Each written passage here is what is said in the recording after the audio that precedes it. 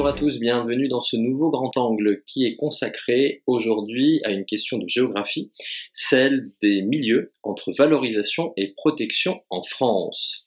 Tout d'abord, qu'est-ce qu'un milieu? C'est un espace relativement homogène, marqué par des caractéristiques naturelles et modifiées par les sociétés. Celles-ci aménagent les milieux pour en surmonter les contraintes et valoriser les potentialités, c'est-à-dire les atouts, en exploitant ses ressources. La plupart des milieux sont donc anthropisés, c'est-à-dire transformés par les sociétés humaines.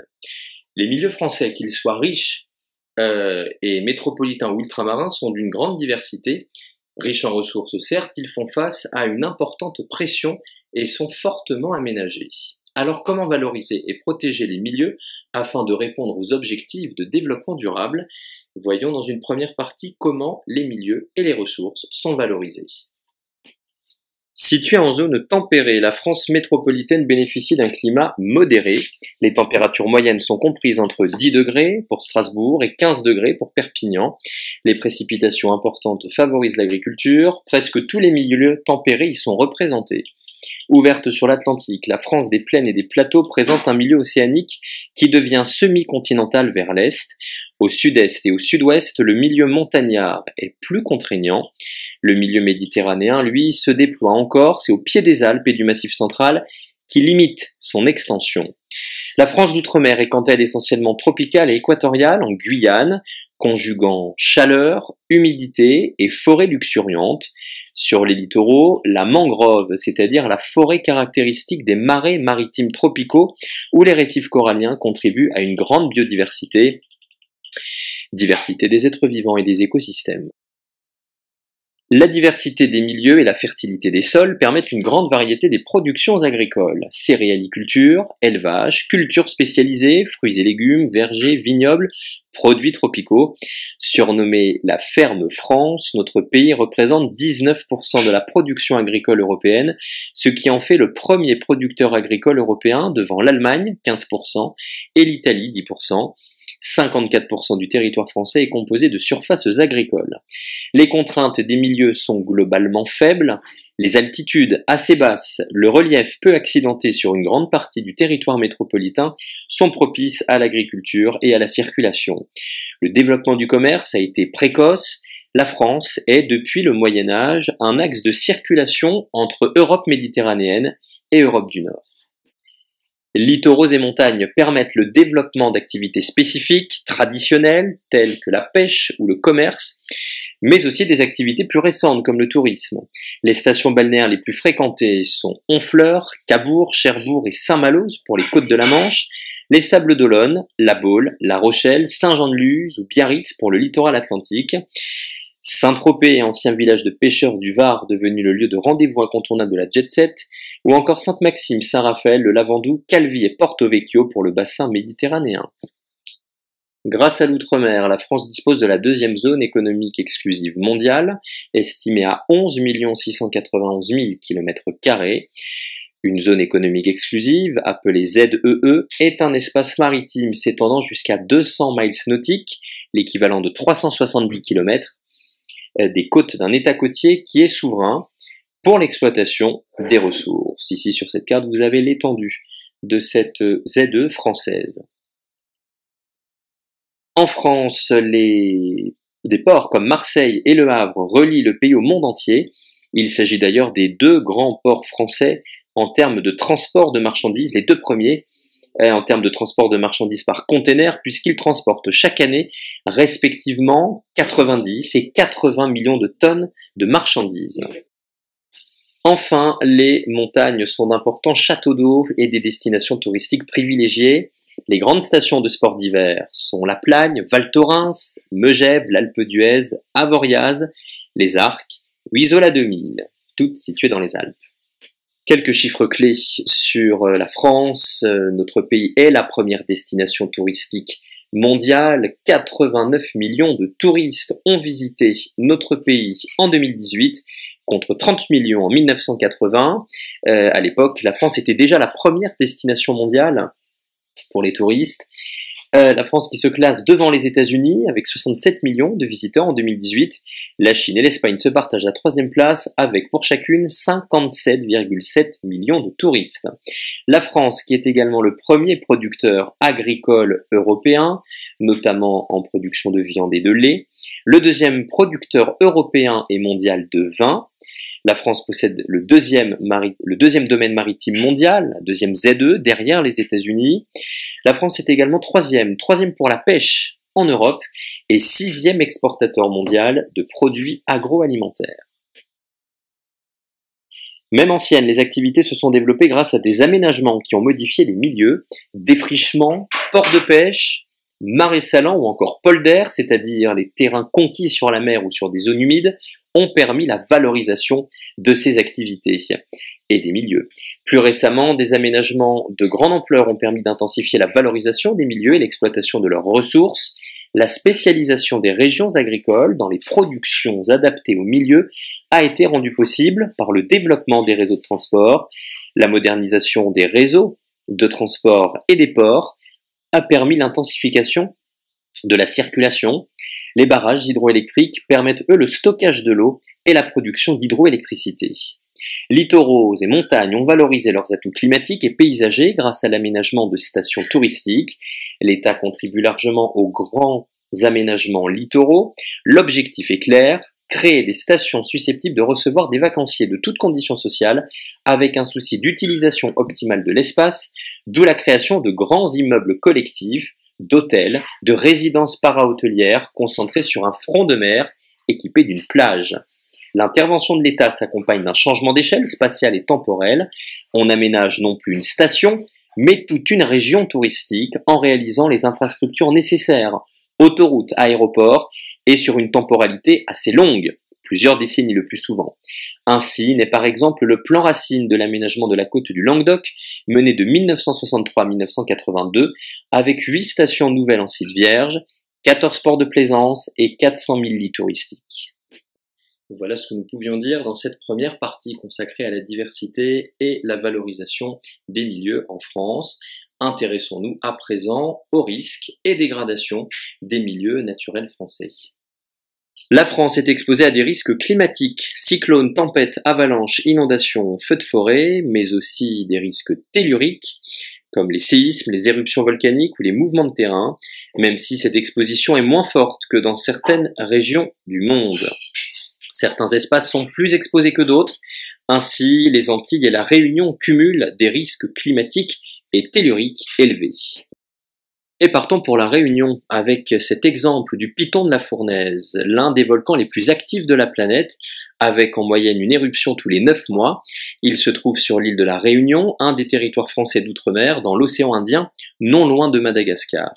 Les éruptions du Piton de la Fournaise ne sont cependant pas dangereuses pour la population de l'île de la Réunion, car il s'agit d'un volcanisme de type effusif, avec émission de coulées de lave, fluide et chaude, et pas du tout d'un volcanisme explosif qui peut conduire à la formation de nuées ardentes comme celle du Vésuve qui ont détruit Pompéi, ou encore celle de l'éruption de la montagne Pelée en 1902 sur l'île de la Martinique qui a tué environ 30 000 personnes dans la ville de Saint-Pierre. Tout au plus, les coulées de lave peuvent-elles rejoindre l'océan Indien en coupant des routes ou en détruisant des habitations, mais les hommes ont largement le temps de s'écarter. Il n'y a danger que pour les personnes inexpérimentées qui tenteraient de s'approcher au plus près des éruptions. Le Piton de la Fournaise s'est en tout cas une nouvelle fois réveillé. Dernière éruption en date, ce lundi 7 décembre 2020, vers 4h40 heure locale. Le volcan est entré dans sa 3e éruption de l'année. La crise sismique a commencé vers 2h30. 3 fissures et des fontaines de lave d'environ 15 mètres ont été observées sur une distance totale de 700 mètres, précise l'Observatoire volcanologique du Piton de la Fournaise. Des panaches de fumée sont visibles depuis le ciel. La société Hylodrones, spécialisée dans le tournage de vidéos à l'aide de drones, a aussitôt décidé de filmer ce phénomène naturel grandiose. Grâce à ce petit appareil, des images au plus près de l'éruption ont pu être enregistrées, ce qui n'aurait pas été possible avec un hélicoptère.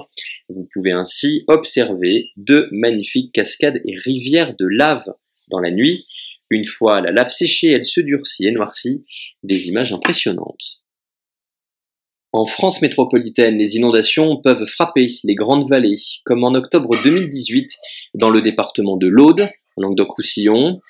Voici quelques images filmées par des journalistes du Monde concernant ces inondations qui ont frappé ce département du sud de la France dans la nuit du 14 au 15 octobre 2018 et des inondations qui ont fait 13 morts, plusieurs blessés graves et des dégâts matériels impressionnants. Il est tombé par endroits plus de 180 mm de pluie, une intensité exceptionnelle. Des tempêtes peuvent également balayer notre territoire. Tel est le cas de la tempête Alex qui s'est formée sur la façade atlantique sur les derniers jours du mois de septembre 2020. Son impact avec le continent s'est opéré dans la nuit du 1er au 2 octobre dans le nord-ouest de la France avec des vents forts, notamment sur les côtes du Morbihan. Les dommages y ont néanmoins été mineurs, quelques toitures et arbres arrachés par rapport aux conséquences du passage de cette même tempête sur l'extrême sud-est du pays et sur les Alpes-Maritimes. Le 2 octobre 2020, les vallées de la Roya et de la Vésubie, dans l'arrière-pays niçois, ont été impactées par des pluies diluviennes, près de 500 mm en 24 heures localement, et des crues rapides et des laves torrentielles extrêmement destructrices. Dans les Alpes-Maritimes, les communes de la pointe est du département, notamment les vallées de la Roya, de la Vésubie, du Boréon et de la Tinée, ont été particulièrement concernées par des crues torrentielles, dont 4 de façon extrême, notamment à Recubières et Saint-Martin-Vésubie. Qualifié de bombe météorologique en raison de sa rapidité de formation sous l'influence d'un puissant courant jet d'altitude et d'une descente d'air froid se creusant sur le golfe de Gascogne, la tempête Alex a fortement impacté tout l'arrière-pays niçois dans le sud-est du pays. Les débits et les hauteurs des cours d'eau comme le Boréon, la Vésubie et la Roya, ont atteint en seulement quelques heures des valeurs colossales de 5 mètres cubes par seconde à plus de 640 mètres cubes par seconde sur la Vésubie. Une colonne d'eau de 6 à 7 mètres chargée d'embâcles massifs et de débit a dévalé au sein des lits majeurs de ces rivières dans la matinée du 2 octobre en détruisant toutes les habitations et les bâtiments présents dans le lit majeur, ainsi que sur les berges escarpées de ces cours d'eau. Des glissements de terrain et l'écroulement des berges se sont produits de manière consécutive aux crues torrentielles. Des événements d'une telle violence interviennent moins d'une fois tous les 100 ans. On estime qu'au moins 5 personnes ont péri dans ce drame et 20 autres sont portées disparues. Montagnes et littoraux sont exposés à des risques spécifiques liés à leurs caractéristiques, pente, contact avec la mer par exemple. Leur attractivité pour le tourisme comme pour l'habitat permanent augmente le nombre de personnes exposées. La vulnérabilité des populations face aux risques est bien réelle. Comme dans les autres pays développés, les dégâts matériels sont généralement lourds, les pertes humaines sont plus modérées. Le changement climatique accroît cette vulnérabilité. Les risques climatiques se font en effet plus fréquents et intenses et l'érosion des côtes s'intensifie avec l'élévation du niveau marin. Par érosion, on entend bien sûr l'usure et la transformation que les eaux et les actions atmosphériques font subir à l'écorce terrestre. Terminons par dresser un bilan des 3 catastrophes les plus coûteuses et avec un nombre de victimes plus important en France. Tout d'abord, la canicule qui a frappé l'Hexagone en 2003 avec 1,7 milliard d'euros de conséquences et de dégâts et près de 15 000 morts. L'ouragan Irma qui a frappé les Antilles en 2017 avec un bilan de plus de 1 milliard d'euros de réparation et 36 morts enregistrés. Enfin, les inondations sur le littoral atlantique suite au passage de la tempête Xynthia en 2010, inondations qui ont fait 840 millions d'euros de réparation et 47 victimes, principalement dans 2 communes de Vendée, l'Aiguillon-sur-Mer et la Faute-sur-Mer. Un reportage diffusé le 1er mars 2010 sur France 2 au JT de 20h, présenté à l'époque par David Pujadas, permet de revivre les étapes de la tempête Xynthia retracées de manière chronologique depuis l'alerte donnée sur les côtes par Météo France jusqu'aux ravages provoqués par la montée de la mer sur les côtes de Charente-Maritime et de Vendée dans la nuit du 27 au 28 février 2010. Ce reportage peut être revu sur le site Ina Jalon, version découverte, datée donc du 1er mars 2010. Ajoutons qu'en France, les 2/3 des 36 000 communes sont exposées à au moins un risque naturel. De plus, 1 Français sur 4 et 1 emploi sur 3 sont exposés aux inondations. L'intensité du peuplement et des activités génère des risques importants. La plupart de ces risques sont technologiques, liés à la présence de sites industriels ou nucléaires. Les accidents sont rares, mais peuvent être meurtriers, comme l'explosion de l'usine AZF à Toulouse en 2001, qui a fait 30 morts et plusieurs dizaines de blessés. C'est la pire catastrophe de l'industrie chimique en France à ce jour. Un reportage du JT de France 2 réalisé quelques heures après la catastrophe peut être visionné sur le site ina.fr. Tapez pour cela explosion de l'usine AZF à Toulouse, un reportage daté du 21 septembre 2001. Sur ina.fr donc. Les barrages, s'ils protègent les populations des crues et limitent l'effet des sécheresses, peuvent toutefois rompre. L'exposition des populations est très inégale, les grandes régions industrielles et urbaines comme l'Île-de-France, la basse vallée de la Seine et la région lyonnaise sont d'autant plus vulnérables qu'elles concentrent à la fois plusieurs sites industriels et une population nombreuse. Les grandes vallées sont exposées à tous les risques technologiques. En France méditerranéenne, l'intensité du peuplement, surtout en période estivale, augmente le risque d'incendie. Et les exemples ne manquent pas. Le 26 juillet 2017, à Bormes-les-Mimosas et dans les communes alentours, en particulier la Croix-Valmer et Cavalère-sur-Mer, un gigantesque incendie de forêt a dépassé les 1500 hectares, entraînant l'évacuation de 12 000 personnes. Une équipe de France 2 a survolé la zone de l'incendie à bord d'un hélicoptère de la sécurité civile. Vous pouvez en voir les images commentées pour nous par Olivier Théron, journaliste de France 2, dans une vidéo intitulée Bormes-les-Mimosas, l'incendie vu du ciel. Vidéo à retrouver sur France Info au JT de 20h du 26 juillet 2017, présentée par Julien Bugier. La fragilité des milieux s'exprime à travers leur dégradation et prend la forme d'une pollution plus ou moins intense. Toutes les composantes des milieux, l'air, les sols, l'eau, sont concernées.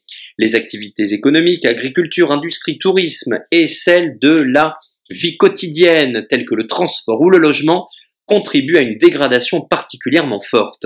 Les grandes régions urbaines, dynamiques, densément peuplées et d'industrialisation ancienne, subissent une pollution forte, parfois avec des pics de pollution, c'est-à-dire des épisodes de pollution localisés, caractérisés par une quantité trop élevée d'un ou de plusieurs polluants dans l'air.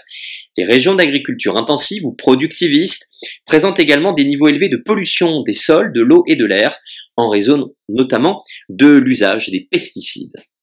Prenons pour exemple la pollution aux algues vertes en Bretagne. Depuis quelques années, de nombreuses plages bretonnes sont souillées régulièrement par des algues vertes et toxiques. À l'origine du phénomène, la présence de nitrates dans la mer. Ces substances proviennent des engrais répandus sur certaines terres agricoles. En pourrissant sur le sable, les algues vertes produisent de l'hydrogène sulfuré, un gaz mortel à haute dose. Il va sans dire que par mesure de sécurité, de nombreuses plages du département des Côtes-d'Armor notamment et des départements voisins ont été fermées aux promeneurs l'été dernier, notamment en 2019 et même encore en 2020. Autre exemple, le déversement des boues rouges en Méditerranée. Ces boues rouges sont les déchets insolubles issus de l'extraction de l'alumine, dont le premier producteur mondial est l'entreprise Alteo, qui s'est installée il y a une cinquantaine d'années à proximité du parc national des Calanques, qui s'étend de Marseille à Cassis. Ces boues rouges contiennent des métaux lourds comme de l'arsenic ou du mercure, et depuis un demi-siècle maintenant, ces boues rouges sont déversées dans le parc national des Calanques. Des mesures ont été prises. Depuis 2016, Alteo ne rejette plus en mer que des résidus liquides et les déchets solides sont entreposés sur un site à quelques dizaines de mètres de l'usine, à Gardanne. Les riverains se plaignent des poussières qui envahissent l'environnement des maisons. Pour en savoir plus sur ce dossier, vous pouvez regarder l'émission Thalassa, diffusée sur France 3 le 2 septembre 2016, qui avait proposé un reportage sur le déversement des boues rouges en Méditerranée, permettant ainsi de dénoncer ce scandale à l'échelle nationale. Et voilà pour ce point consacré à la fragilité et à l'exposition des milieux français face au risque. Une dernière interrogation demeure pour être tout à fait complet sur la question: comment protéger les milieux et gérer les risques? Élément de réponse dans cette dernière partie. L'environnement, la pollution, certains risques comme les inondations ne connaissent pas de frontières. Les actions menées en France s'inscrivent souvent dans des dispositifs internationaux comme les accords de Paris sur la lutte contre le réchauffement climatique en 2015 ou la convention Ramsar pour la protection des zones humides en 1971. L'Union européenne définit des normes de pollution, sa législation est transposée dans le droit français en matière de prévention des risques, c'est le cas des directives Seveso, de protection des milieux avec le réseau Natura 2000 ou des ressources avec la directive sur l'eau signée en 2000. À l'échelle nationale, l'État et les collectivités territoriales, c'est-à-dire les 18 régions, les 101 départements et les 36 000 communes coopèrent. L'État lance des politiques comme le PREPA, le Plan national de réduction des émissions de polluants atmosphériques en 2017, définit la législation avec par exemple la loi RISC en 2003 et organise la sécurité civile. Les aménagements comme les digues et les barrages de rétention des crues sont de sa responsabilité. Enfin, à l'échelle locale, les populations et les associations, de plus en plus conscientes de la dégradation des milieux, jouent un rôle important d'alerte, notamment sur les problèmes de pollution et de préservation des milieux. L'information des populations s'effectue grâce à des campagnes nationales ou locales, accessibles à tous. Les cartes de vigilance de Météo France ou de Vigicru permettent d'anticiper le risque. La cartographie des risques permet d'aménager les territoires concernés de manière à minimiser les dégâts humains et matériels. Elle concerne aussi bien les risques naturels avec les PPRI, plans de prévention des risques d'inondation, que les risques technologiques avec les PPRT, plan de prévention des risques technologiques. Une organisation efficace des secours permet de limiter les pertes humaines et matérielles avec la mise en place du plan Orsec, organisation de la réponse de sécurité civile, une organisation des secours à l'échelle internationale en cas de catastrophe. Dernier point concernant la protection des milieux. L'État intervient en créant les parcs nationaux avec la loi de 1960. Les premiers sont la Vanoise dans les Alpes et Porquerolles dans le Var. Ces parcs nationaux sont sélectionnés pour le caractère exceptionnel de leur milieu. La protection y est maximale puisque l'État rend impossible toute implantation humaine dans une partie du parc, la zone cœur, voire y interdit toute présence humaine, comme c'est le cas dans les réserves intégrales du Lovitel, dans le parc national des Écrins. Nous sommes dans les Alpes. Depuis 2006, l'État développe aussi des parcs naturels marins, au nombre de 9 aujourd'hui, dont les principaux sont le parc naturel marin d'Iroise en Bretagne, le parc naturel marin de Mayotte et le parc naturel marin du golfe du Lion en Méditerranée. Précédemment, l'État avait protégé à travers l'élaboration des lois des milieux spécifiques, la loi Montagne en 1985 et la loi Littoral en 1986, qui vient compléter l'action du Conservatoire du Littoral, créé en 1975. Les régions ont un moyen d'action en matière de protection. Les parcs naturels régionaux permettent, eux, un développement fondé sur la valorisation et la protection des paysages, des milieux et du patrimoine culturel. Et voilà ce que nous pouvions dire sur cette question des milieux entre valorisation et protection en France. N'hésitez pas à poser toutes vos questions à l'adresse mail qui s'affiche en bas de votre écran. Très bonne journée, à bientôt.